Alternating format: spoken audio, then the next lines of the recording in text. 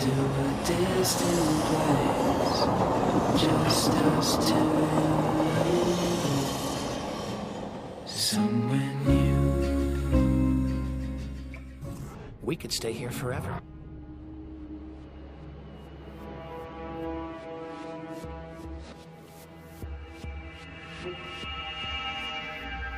But there's so much further to go. So much more to see. Like this moon wrapped in thick clouds. Titan.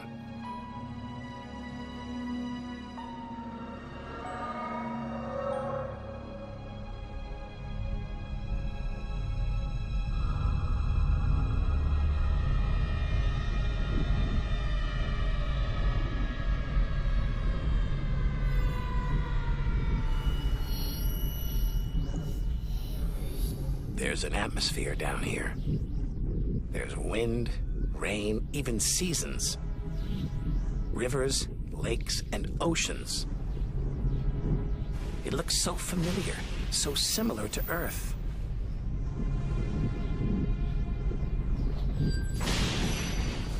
But that's not water. It's liquid natural gas.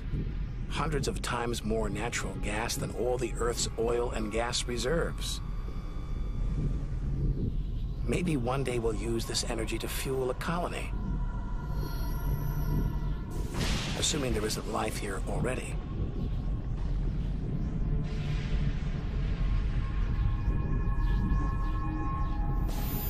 The Huygens space probe is here to find out. It's telling us there's organic material in the soil, but it's so cold, minus 300 degrees. There's no way life could develop. Unless Titan warms up. The sun is supposed to get hotter. When it does, maybe life will spring up here, just like it did on Earth. And as the Earth gets too hot for us, maybe we'll move to Titan. One day we might call this distant land home.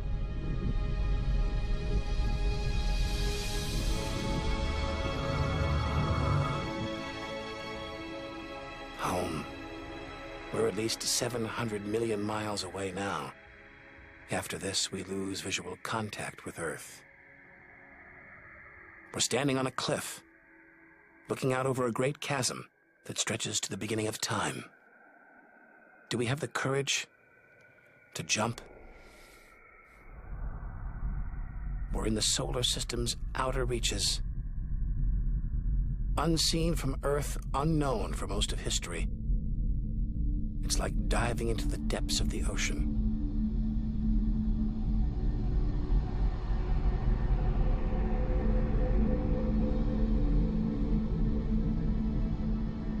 Those rings make it look like Uranus has been tilted off its axis, toppled over by a stray planet.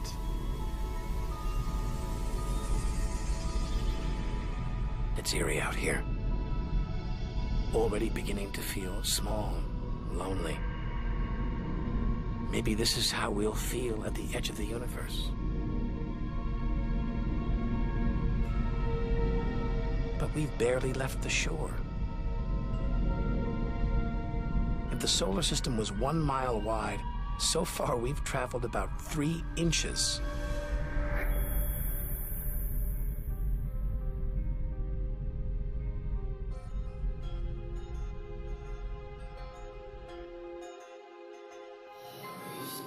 Out of the deep, another strange beast, the god of the sea, Neptune. This world is covered in methane gas, and a storm as big as Earth, whipped up by savage 1,000-mile-an-hour winds. Back home, it's the sun that drives the wind, but Neptune's far away. Something else must be creating these ferocious winds. But what? We know very little about our own solar system.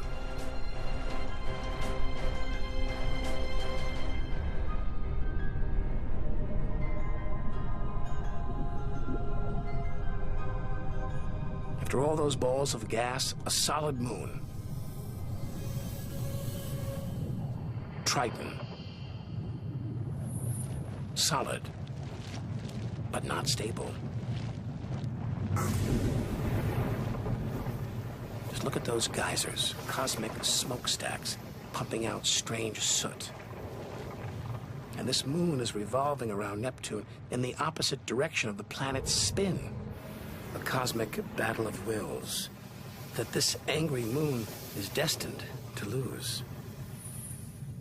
Neptune's massive gravity is pulling on Triton, slowing it down, reeling it in. One day, it will be ripped apart by Neptune. And that's it. No more moons, no more planets in our solar system. It's getting colder. We're getting further from the sun, slipping from the grip of its gravitational tentacles. But this isn't a void. It's teeming with frozen rocks. Like Pluto. Until recently, we thought Pluto was alone. Beyond it, nothing.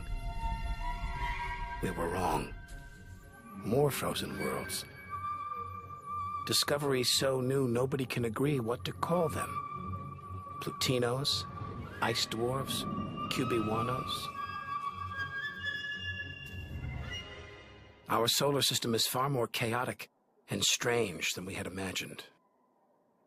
Now we're 8 billion miles from home.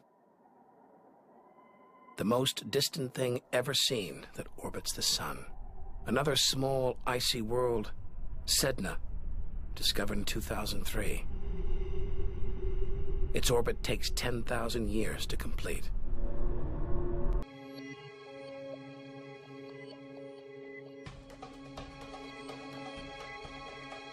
These comets look like the ones we saw earlier. There's a theory that the raw materials for life began out here on a rock like this until something dislodged it, sending it hurtling towards the Earth. And seeing all this ice, maybe comets carried water to Earth too. The water in the oceans, in your body. All from this distant celestial ice machine.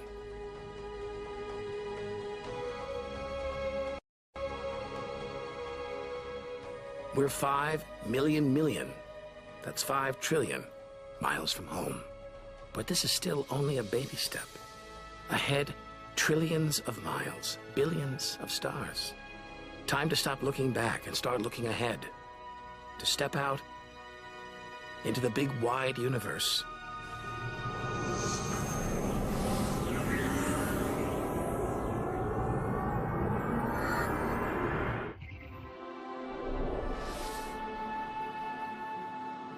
Interstellar space.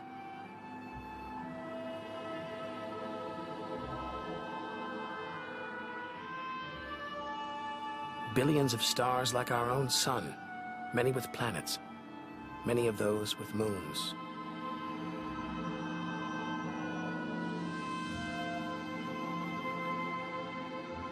It's hard to know which way to go. There are infinite possibilities. We're going to need a serious burst of acceleration.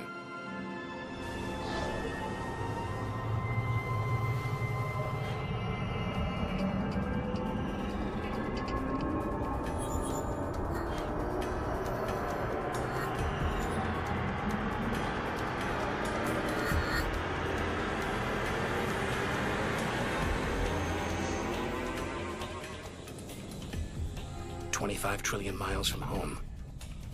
A 150,000-year ride in the space shuttle.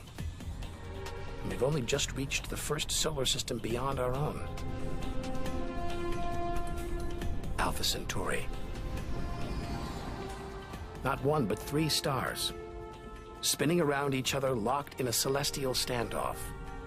Each star's gravity attracting the other.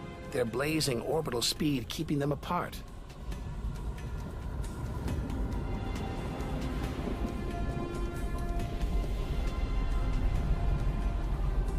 Get between them and we'd be vaporized. Trillions of miles from home. So far that miles are becoming meaningless. Out here we measure in light years. Light travels 6 trillion miles a year, so we are over 4 light years from home. Distances so vast, they're mind-boggling.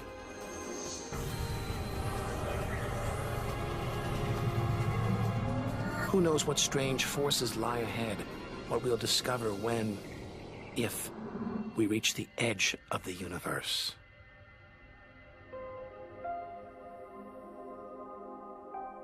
Ten light years from Earth, the star Epsilon Eridani.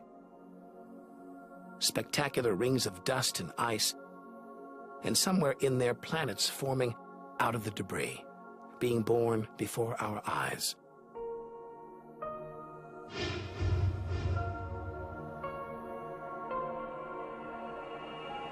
Asteroids and comets everywhere.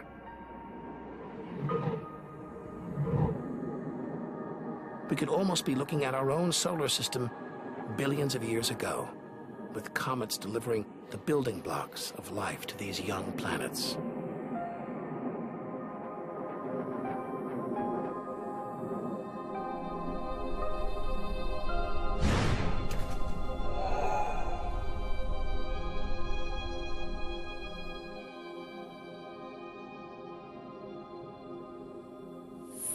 At the center of all the action, a star smaller than our sun, still in its infancy. Any life in this solar system would be primitive at best.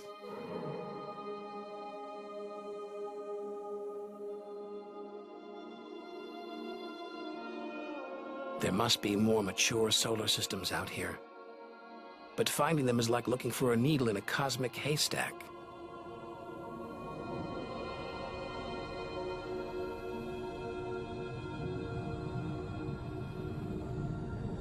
"20 light years from Earth. Star Gliese 581.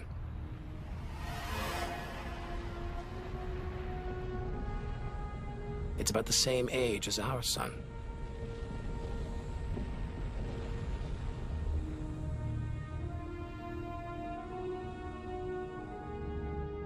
This planet is just the right distance from its sun. Any closer and water would boil away, any further, and it would freeze. Ideal conditions for life to emerge.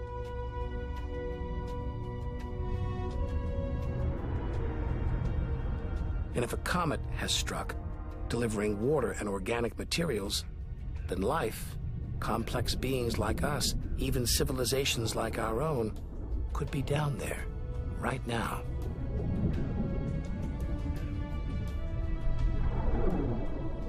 They could be tuning into our TV signals, watching shows from 20 years ago. And here's your host, Joe Depict. But until we devise a way of communicating over these vast distances, all we can do is speculate. Us and them, living parallel lives, unaware of each other's existence.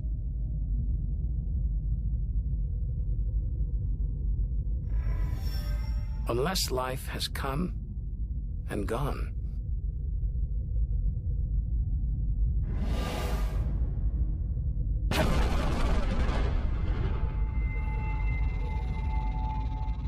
That's the problem with comets. They're creators and destroyers, as the dinosaurs found out the hard way. This is the needle in the cosmic haystack, the closest we've come to a habitable solar system like our own, but it's a chance encounter. There could be hundreds, millions more solar systems like this out there, or none at all.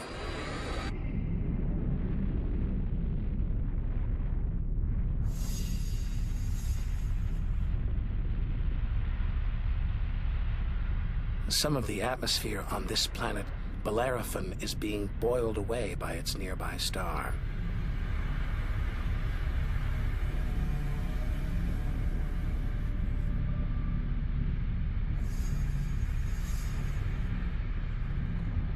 From Earth, we can't see planets this far out. They're obscured by the brilliance of their neighboring stars. But the planets have a minute gravitational pull on those stars. Measure these tiny movements, and we can prove they exist. That's how we tracked down Bellerophon in the 1990s. And hundreds of other distant planets.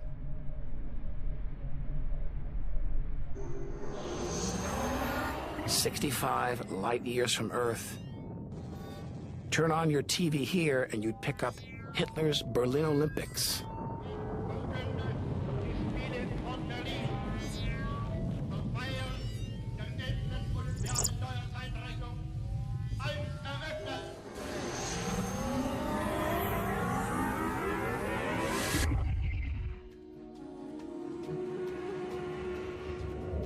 The twin stars of Algol, known to the ancients as the demon star.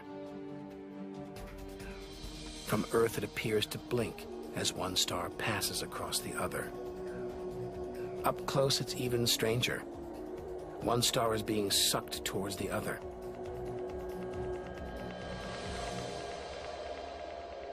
Almost 100 light years from home, faint whispers from one of the first ever radio broadcasts. We appreciate it if anyone hearing this broadcast would communicate with us. We are very anxious to know how. The brightest, biggest star we've seen so far. 600 times wider than our sun.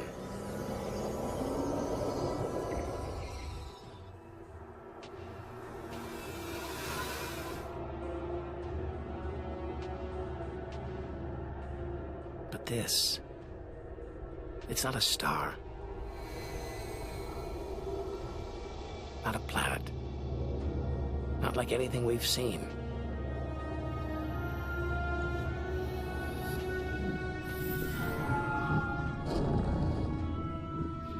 A ghostly specter more than 1,300 light years from Earth. Orion's dark cloud. Dust and gas shrouding us.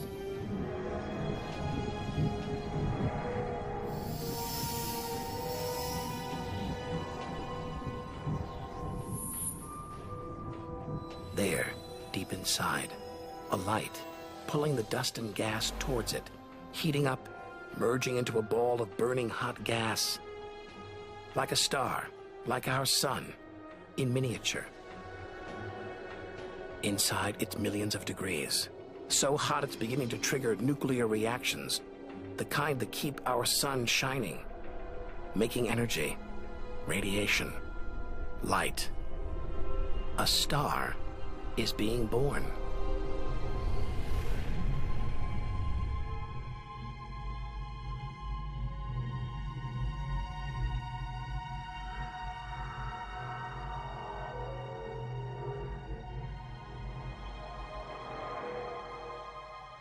Orion's dark cloud is a vast star factory. We're witnessing the birth of the future universe.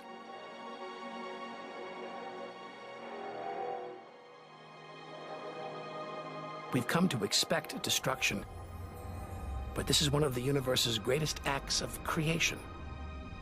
Star birth.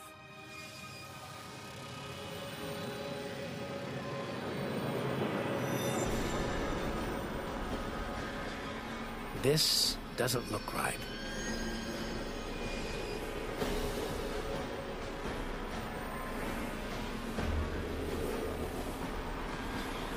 Jets of gas, exploding out with tremendous force, blasting dust and gas out for millions of miles.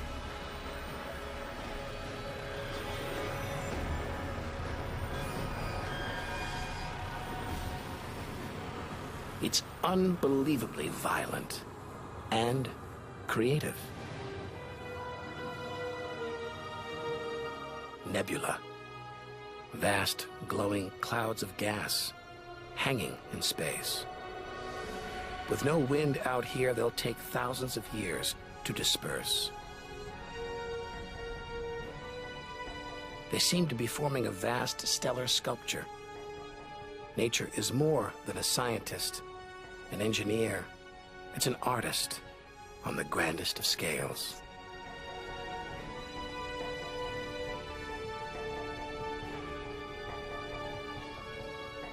And this is a masterpiece.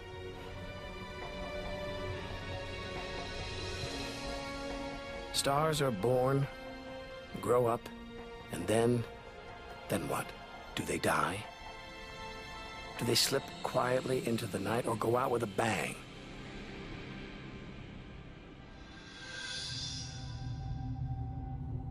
Somewhere between here and the edge of the universe lies the answer.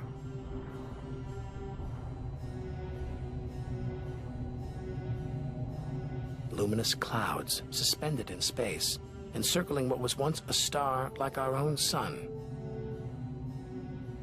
All that's left of it are these brightly colored gases, elements formed by nuclear reactions deep inside, released into space on its death. Green and violet, hydrogen and helium, the raw materials of the universe. Red and blue, nitrogen and oxygen, the building blocks of life on Earth. For us to live, stars like this had to die. Every atom in our body was produced by nuclear fusion. In stars that died long before the Earth was even born. We are all the stuff of stars. Our family tree begins here.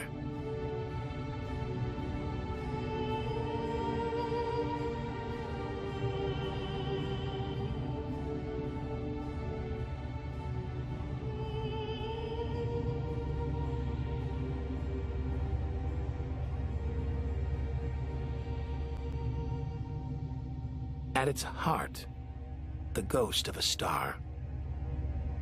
A white dwarf. White, hot, small, but unbelievably dense. In the star's dying moments, its atoms fused and squeezed together, making it so dense that just a teaspoon of this white dwarf would weigh 1 ton.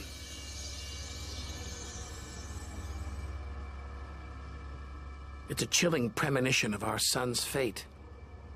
6 billion years from now, it'll become a white dwarf. Its death will herald the end of life on Earth. Makes you wonder how many other worlds have come and gone. Celestial stories left untold. Lost forever. But the greatest story of them all is still to be told. We must go back through time to the very first chapter to learn how the universe began.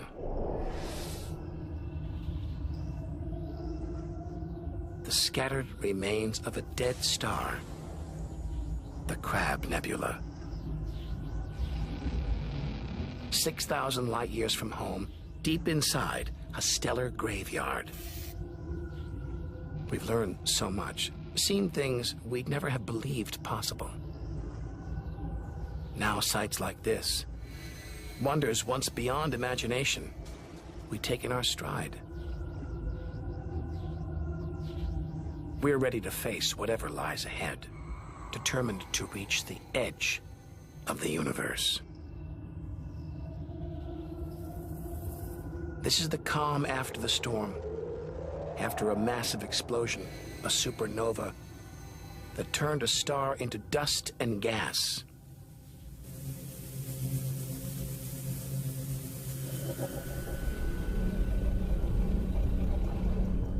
The eye of the storm, a spinning, pulsating star, a pulsar. Gravity has squeezed the giant star's core down to this. It's just 12 miles across, unimaginably dense. One pinhead of this would weigh hundreds, maybe millions of tons. And as it shrank, like a figure skater spinning on the spot, arms outstretched, then pulling them in, it began to spin faster. 2 beams of light, energy, radiation, spinning 30 times a second, powering the huge cloud of dust and gas. There's so much radiation here, more even than on the sun. The remains of a giant star, a black hole.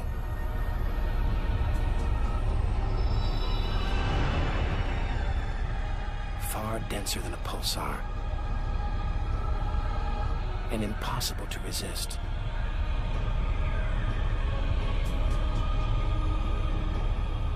Its gravity is so intense not even light can escape.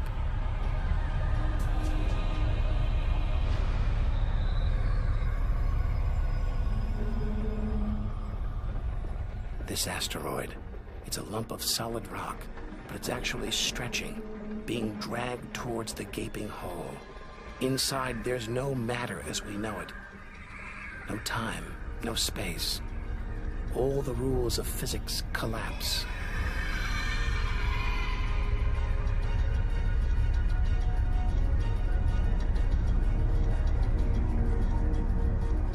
The asteroid is gone. Nobody really knows where. This is the edge of human understanding. There could be millions of black holes creeping around our galaxy, more perhaps than all the stars in the sky. But we wouldn't see them until it was too late.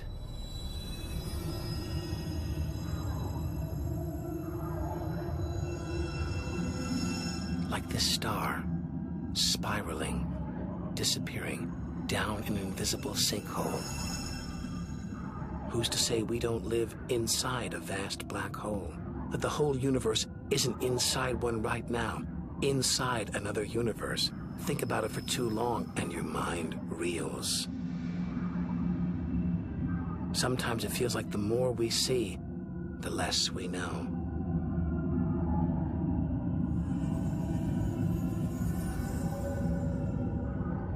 And we're still in our own galaxy, the Milky Way. The vastness of the universe beyond still lies ahead. The wonders, the dangers, the secrets, they're out there.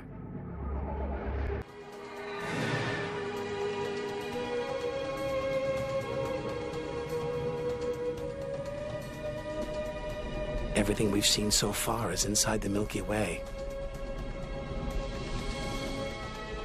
Now we're ready to leave our home galaxy, to enter intergalactic space. Here's our chance to solve the ultimate mystery and experience the moment of creation. It's now or never. We rise before the sun. The moment they realize it, we're begun. They put us in the fish tanks and fed us.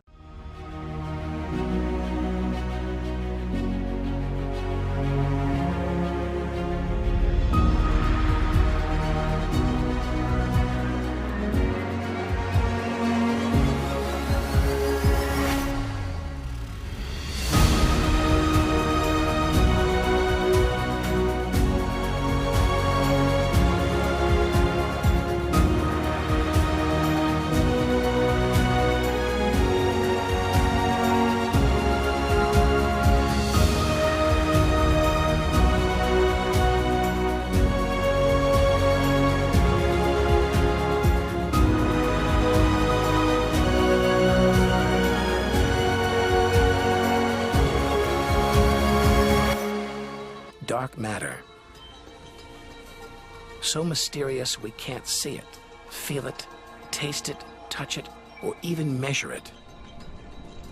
Yet so common, it could make up over 90% of all the matter in the universe. If dark matter does exist, it means there's no such thing as empty space. Even out here, we're surrounded by matter. We think it exists because of its apparent hold on galaxies, like this one, the Large Magellanic Cloud.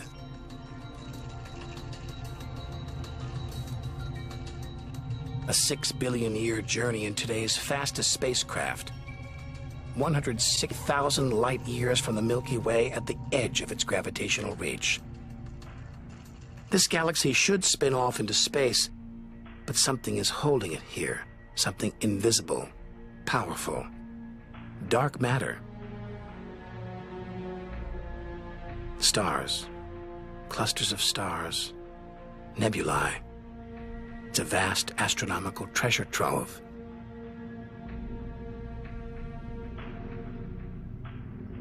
Look at this. It's like a string of gleaming pearls. It's a fireball, expanding out from what must have been a massive explosion, a supernova. So bright that when light from the explosion reached Earth 20 years ago, it was visible to the naked eye. And so violent, it triggered a string of nuclear reactions, forcing atoms together, creating new elements: gold, silver, platinum, blasting them out into space.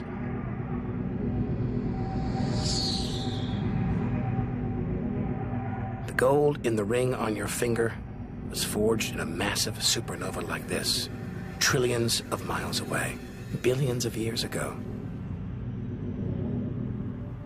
Before we left home, the universe seemed separate, something out there, up in the sky.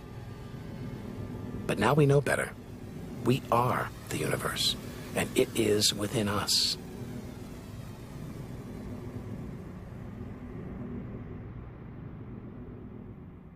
It's comforting to remember as we venture through this abyss. Further and further. Faster and faster.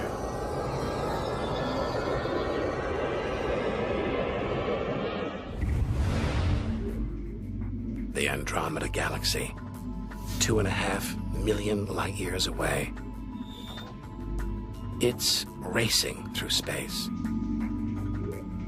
Everything blown apart, like shrapnel in an explosion. We're seeing this galaxy as it was when our ape-like ancestors first walked on the African plains.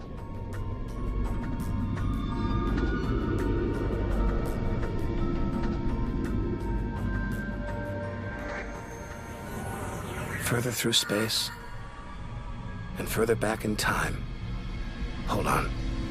This doesn't look right. A whole galaxy exploding? The only thing large enough to cause an explosion on this scale is another galaxy. It looks like the end of the world. But this galaxy won't die. It'll be reborn. A new shape, perhaps even new stars, as dust and gas collide, creating friction, shock waves, triggering the birth of stars.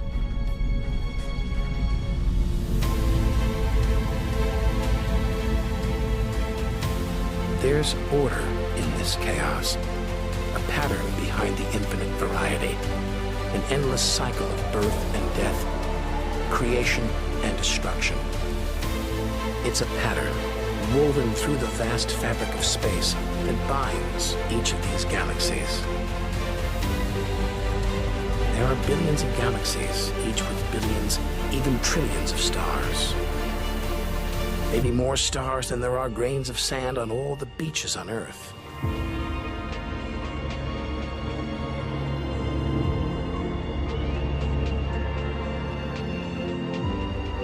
We're finally beginning to see the big picture. And it's grander than we ever imagined. This galaxy, the huge pinwheel galaxy, is so far from Earth that if we send a message home now, it will take 27 million years to get there. Who knows whether our species, our planet, will still be around to receive it.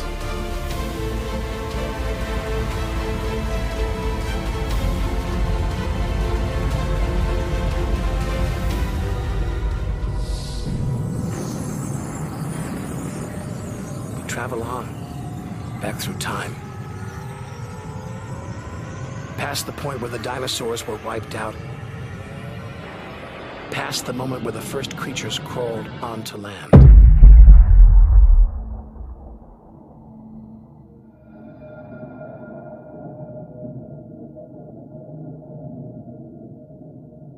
"2 billion light years from home, closing in on the edge of the universe, going back to the beginning of time. This isn't a galaxy. It's brighter than 100 galaxies. A blinding beam of energy surging for trillions of miles.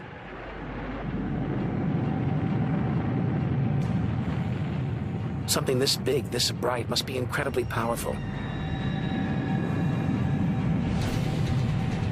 Experience tells us, out here, power equals danger. It looks like a quasar, the deadliest thing in the universe. Our journey could be over.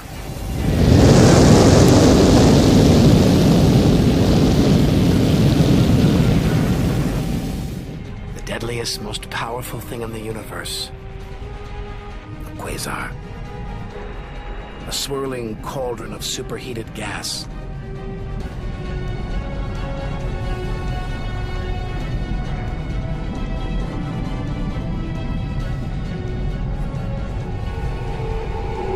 This beast has a heart of darkness. A supermassive black hole as heavy as 1 billion suns.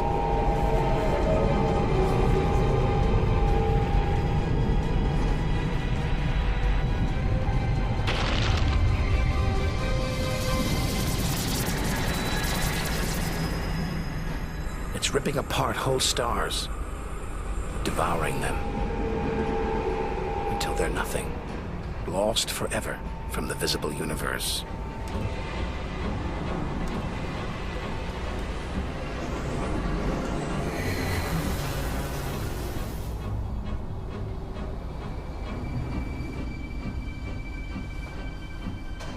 We think, we hope, we pray we've seen the worst the universe can throw at us. But no one can know what lies ahead.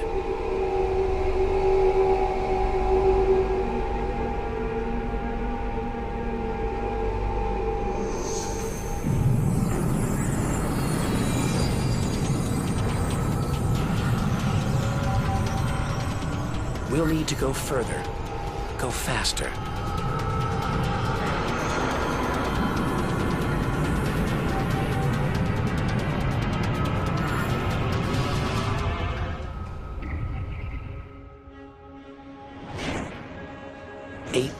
Light years from home. More galaxies. But these look different. Ragged, small, close together. We're so far back in time, we're seeing these galaxies as they were before the Earth was born. They're still young, still growing. We're getting close to where and how it all began.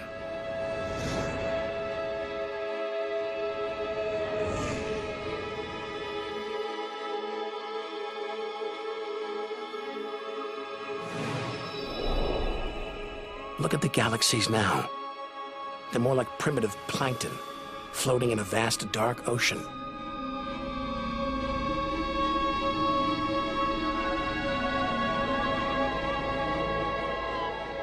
Clouds of dust and gas, dancing, twirling, merging to make embryonic galaxies.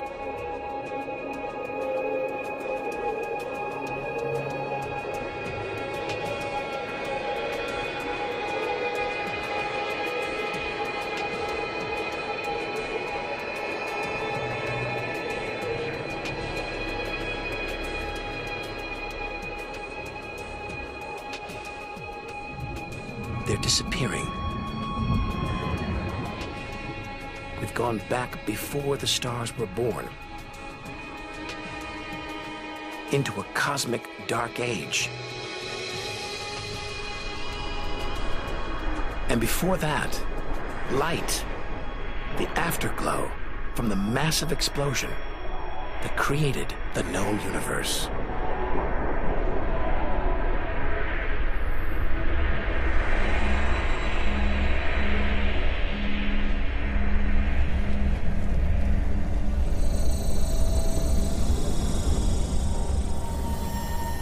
This is it. We've made it. The edge of the universe. 80 billion trillion miles from home. 13.5 billion years ago. The very instant of the Big Bang, the most violent, most creative moment in history. Everything that's ever happened follows from this moment.